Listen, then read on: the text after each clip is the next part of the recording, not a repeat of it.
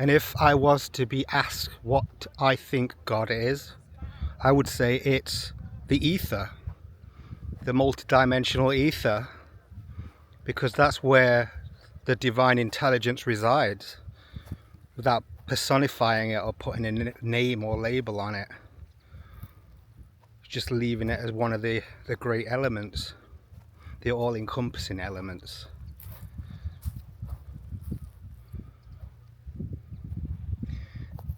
And that's the tricky thing with using the term God. It's basically a hierarchical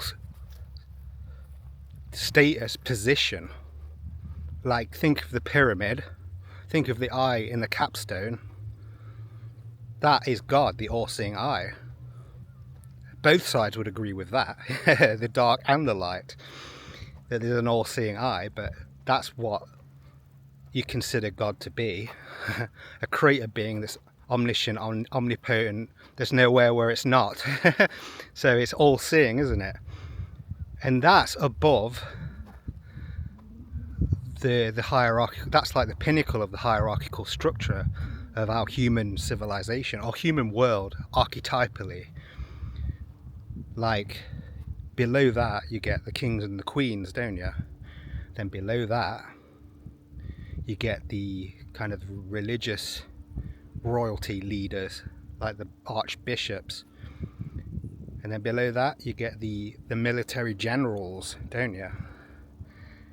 And I'm taking this entirely from a chessboard right now. So that'll be the knight, wouldn't it? And then below that you've got the plebs, the civilians, the pawns. So that's how I see God. So when people say they believe in God, or you should believe in God and stuff, I'm like, well, it's an empty position, really, because until you put something in that throne, do you know what I mean? So you've got to be kind of more descriptive on what you mean by God.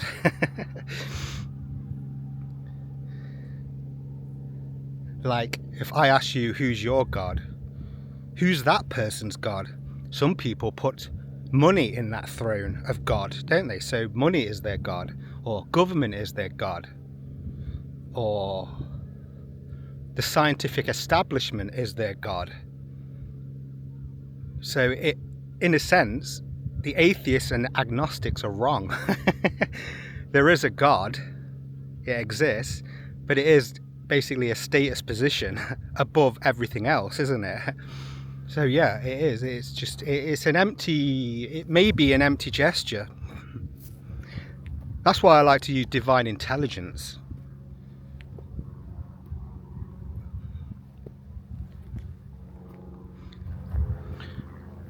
A God is a creator being that is basically someone that you put on a pedestal, isn't it? So some people might consider celebrities as their God. Anyone that you worship is your God because you put them above yourself, and maybe above everything else too. Like, everything that they say and do is gospel. So yeah, I try not to use the term God.